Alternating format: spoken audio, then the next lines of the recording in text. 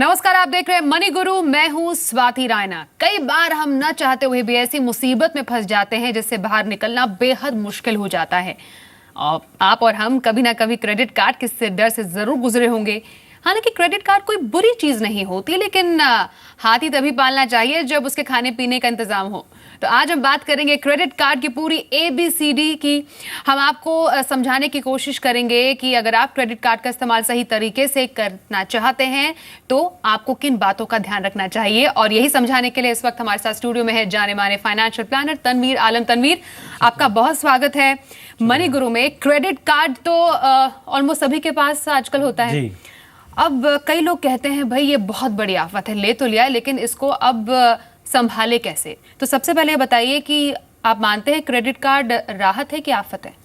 In fact अगर सही से यूज़ करें तो ये राहत है, और सही से नहीं यूज़ करें तो ये बहुत बड़ी आफत है। एब्सोल्युटली। तो यही हम कहते हैं कि सही तरीके से क्रेडिट कार्ड अगर आप यूज़ करेंगे तो आपके लिए बहुत बड़ी राहत है। और इसके टिप्स भी हम तनवीर से ज़रूर जानेंगे। क्रेडिट कार्ड की बात अगर की जाए, सबसे पहले आपसे जानना चाहेंगे कि क्रेडिट कार्ड के लिए अप्लाई करते टाइम किन बातों का ध्यान रखना चाहिए। क्योंकि कई बार फ़ोन करके लोग कहते हैं कि आपका अकाउंट इस बैंक में है तो आप हमारा क्रेडिट कार्ड क्यों नहीं ले लेते हैं। कई लोग ये बात सुनकर क्रेडिट कार्ड ले भी लेते हैं, लेकिन किन बातों का ध्यान रखें जिससे पहले क्रेडिट कार्ड लेना हो तो? ओके, क्रेडिट कार्ड देखिए वो एक्चुअली होता क्या है। बेसिकली एक बैंक आपको एक प्लास्टिक के फॉर्म में मनी देती है जो आप मर्चेंट आउटलेट या किसी भी ATM से विड्रॉ कर सकते हैं पैसे। लेकिन एक चीज़ का ध्यान रखिए, ATM विड्रॉल अगर कैश विड्रॉ करते हैं आप, उस पर चार्ज लगता है आपको। मर्चेंट आउटलेट पे चार्ज नहीं लगता है।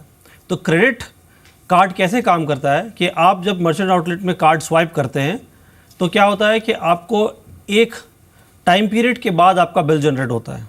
तो मिनिमम जो क्रेडिट पीरियड आपको मिलता है 20 दिन तक। बिल जनरेट होने के 20 दिन के बाद आपका पेमेंट ड्यू डेट रहता है। लेकिन ये मंथ ऑन मंथ ये साइकिल चलता रहता है। तो इफ़ेक्टिवली देखेंगे कि आपके एक स्टेटमेंट डेट से दूसरे स्टेटमेंट डेट तक 30 दिन का पीरियड रहता है और प्लस 20 दिन पेमेंट का ड्यू डेट टाइम। तो इफ़ेक्टिवली आपको मिनिमम 20 दिन और मैक्सिमम 50 दिन का एक क्रेडिट पीरियड मिलता है।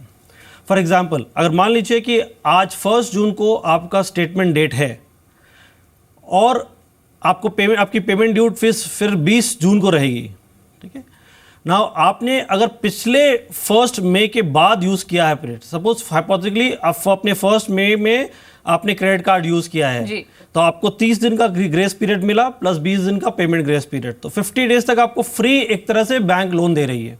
ओके। तो आप अगर सही से यूज़ करते हैं तो आपके पास 50 डे ग्रेस पीरियड है। और प्रॉब्लम कब आती है? प्रॉब्लम तब आती है जब आप पेमेंट समय पे ना करें जी। आप इस केस में ले लीजिए, आपने 1 मई में यूज़ किया था कार्ड, 1 जून में आपका स्टेटमेंट जनरेट हुआ और आपको पेमेंट करना है 20 जून को जी। फॉर एनी रीज़न आपने 20 जून को पेमेंट नहीं किया तो उस 1 मई से आपके परचेज पे ऑलमोस्ट हर बैंक बिटवीन 2.5% से लेके 3% पर मंथ चार्ज करती है। Interest, finance charge, late payment charge, ये सब ऐड होके इफेक्टिवली ये जो कॉस्ट आपको पड़ता है करीब 3 से 3.25% पर मंथ, इफेक्टिवली 36% के ऊपर आपको उस पर इंटरेस्ट ब्याज देना पड़ता है। 36% का मतलब 50 दिन आप काफी खुश रहेंगे। देखिए, मैंने क्रेडिट कार्ड से अच्छी खासी शॉपिंग की है, 50 दिन तक एकदम टेंशन फ्री। और जैसे ही 50 दिन खत्म हुए अब इंटरेस्ट भी लगा, वो पेमेंट भी देनी है, तो आखिरकार फंस गए अब इस जी के जंजाल में। लेकिन जैसा तनवीर बार बार कह रहे हैं, अगर आप स्मार्टली क्रेडिट कार्ड यूज करेंगे तो आपके लिए बहुत बड़ी राहत है ये। चार्जेस की अगर बात करें, आपने बताया कि 36 to 40% तक इसमें चार्ज लगता है। अब इंटरेस्ट फ्री भी का भी कोई फंडा इसमें होता है? क्योंकि यहाँ पर सुनने को मिलता है कि इंटरेस्ट फ्री है। सुनने में ऐसा लगता है कि भाई इंटरेस्ट फ्री अगर कोई क्रेडिट कार्ड मिल जाए तो उसके क्या कहने। देखिए, एक्चुअली क्या फाइनेंस बहुत एक तरह से बैंक अभी जगलरी करती है। इनफैक्ट क्या होता है, बहुत सी चीज़ में जो कि आपको आम तौर पे वो डिस्काउंट मिल रहा होता है, वो आप क्रेडिट कार्ड अब कहती है कि आपके लिए मैं आपको इंटरेस्ट फ्री लोन दे रहा हूँ, वो डिस्काउंट एक्चुअली वो प्रोडक्ट वाले सबवेंट कर देते हैं। इसको सबवेंशन कहते हैं हमारे लैंग्वेज में। वो क्या होता है, मान लीजिए आपको एक टीवी खरीदना है और उसका कॉस्ट 20,000 रुपये है। इफ़ेक्टिवली उसमें आपको 2,000 रुपये तक का डिस्काउंट मिल सकता है। लेकिन आप उस क्रेडिट कार्ड से अगर वो सबवेंशन स्कीम लेते हैं तो वो 2000 डिस्काउंट नहीं मिलता है, और आपको बैंक को वो डिस्काउंट बैंक ले लेती है और आपको इंटरेस्ट फ्री लोन मिल के दे देती है वो आप। जी। अब क्योंकि मैंने शुरुआत इससे की थी, आपने बताया कि क्रेडिट कार्ड क्या होता है और कितना इंटरेस्ट उसमें आपको लगता है, लेकिन अगेन जो लोग अब क्रेडिट कार्ड लेना चाह रहे हैं, जिनके पास ऑलरेडी है, ठीक है, वो तो इसकी तैयारी कर चुके हैं, हमारे शो देखने के बाद भी उन्हें पता है कि किन बातों का ध्यान रखना चाहिए। लेकिन जिसने अभी क्रेडिट कार्ड नहीं लिया है, कई लोग डरा देते हैं, अरे क्रेडिट कार्ड मत लो, बाद में कर्ज में डूब जाओगे। क्या ऐसा वाकई होता है और किन बातों का ध्यान रखे बेसिकली? नहीं, मेरे पास भी क्रेडिट कार्ड है, मैं बिल्कुल क्रेडिट कार्ड यूज़ करता हूँ।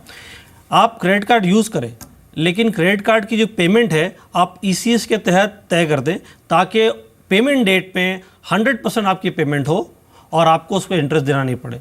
इफेक्टिवली आप देखेंगे तो एक्चुअली आपके पास वो 50 डेज़ ग्रेस पीरियड मिल रहा है कोई भी यूज़ करने के बाद।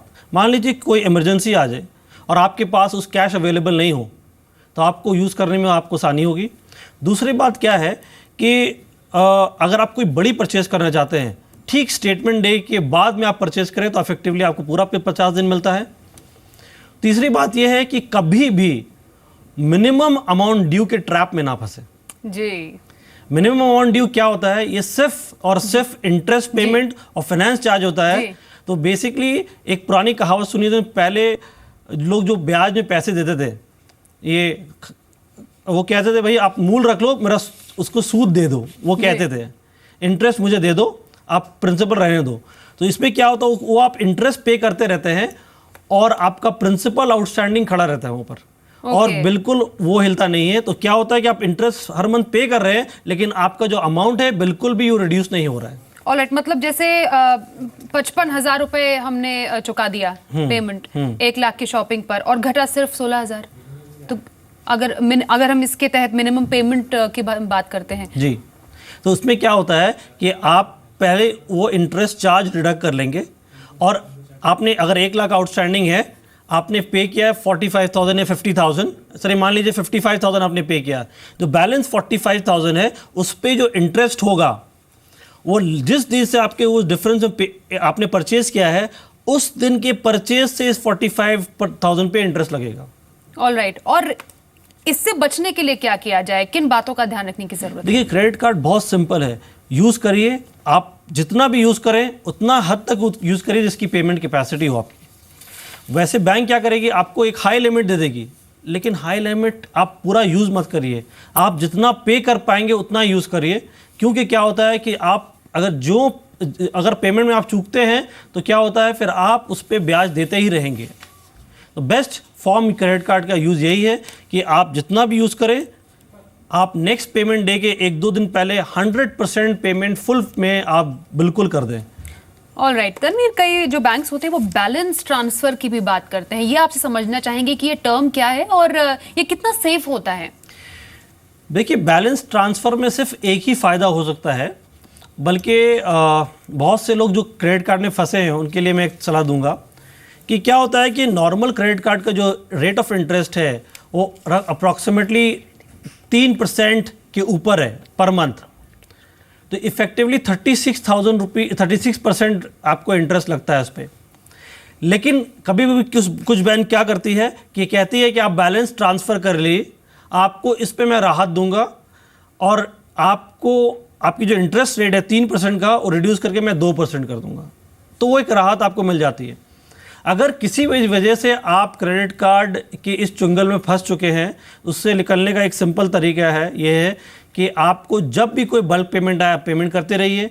अगर इन नियर फ्यूचर आपको कोई पेमेंट नहीं आता दिख रहा है तो आप एक काम करें, आप बल्कि एक पर्सनल लोन ले लें, जो कि और वो लोग लेके आप क्रेडिट कार्ड पेमेंट। हाँ, क्योंकि कई हमारे पास सवाल भी आए, मनी गुरु में ही हम कई सवाल दर्शकों को लेते थे कि उनका ये सवाल होता था, क्रेडिट कार्ड का इतना ज्यादा हमारा ड्यू हो गया है, कई बार लैक्स में हो जाता है, कई लोग पेमेंट नहीं कर पाते हैं। अब उसके लिए पर्सनल लोन कैसे फायदेमंद हो सकता है, ये थोड़ा अगर आप देखिए, क्या होता है कि पर्सनल लोन जो टिपिकली आपको मिलता है आम आदमी को, उसका रेट ऑफ इंटरेस्ट जो होता है 18% से 20% के बीच में इफेक्टिवली होता है।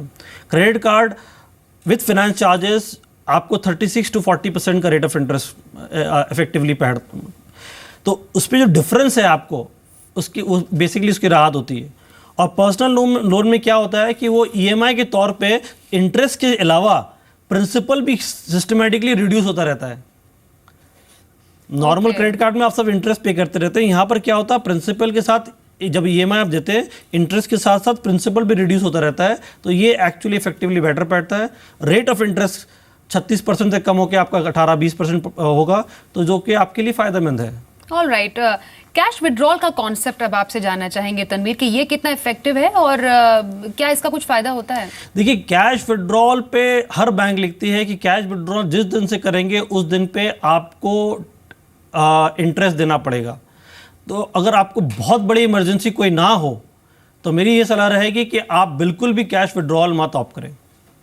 कैश विड्रॉल ऑप्ट करना, और ये डिफरेंट कैसे है बाकी कॉन्सेप्ट से, जैसे शॉपिंग? देखिए, मर्चेंट में क्या होता है, मर्चेंट जब आउटलेट में आप क्रेडिट कार्ड स्वाइप करते हैं तो क्या होता है कि मर्चेंट्स की अंडरस्टैंडिंग है कि वो उनको भी पेमेंट कुछ दिन के बाद मिलती है। ओके। क्रेडिट कार्ड में आप कैश जब विड्रॉ करते हैं, bank is out of money, bank के पास से पैसा चला गया इमीडिएटली, तो वो क्या करता है कि वो उस दिन से इंटरेस्ट आपको उस पर चार्जेस एप्लीकेबल। और कितना इंटरेस्ट इसमें चार्ज किया जाता है बैंक? जो फाइनेंस चार्जेस हैं उसी रेट में चार्ज होता है, वो 2.5% per month minimum. All right.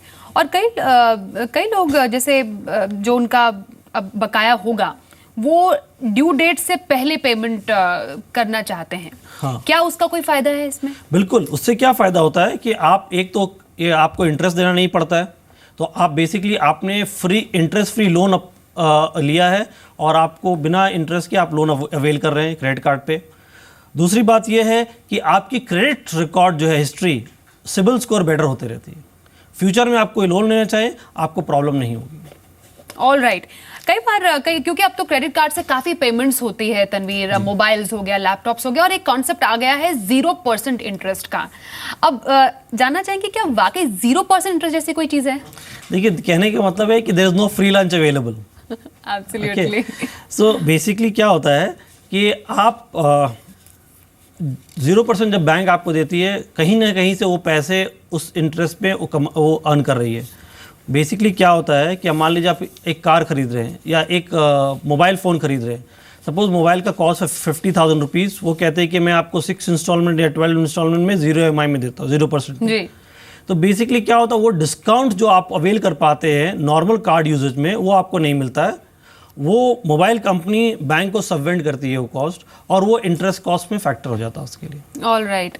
तो क्या कुछ ट्रिक्स भी है कि क्रेडिट कार्ड में आप कैसे सेव कर सकते हैं? देखिए, क्रेडिट कार्ड में सेव करने का एक ही तरीका है कि आप स्टेटमेंट डे को फॉलो करें।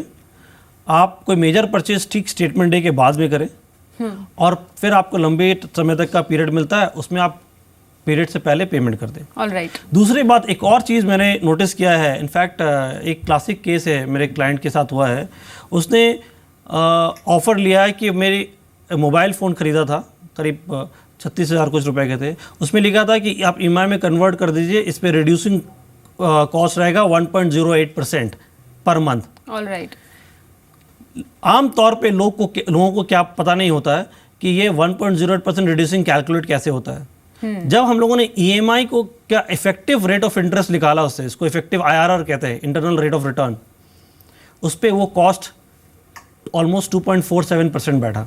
ओके। तो ये क्या होता है, ये नंबर जगलरी है, कैमोफ्लाज है, आम आदमी नहीं समझ पाता है इसको। तो मेरी सलाह ये रहेगी आम आदमी से कि कभी आप EMI के इस चंगुल में फंसने से पहले आप उस EMI को ले लें, कैलकुलेट करें। एक्सेल में IRR फॉर्मूला बहुत इजीली कैलकुलेट हो जाता है, नहीं तो किसी एडवाइजर से सलाह लें।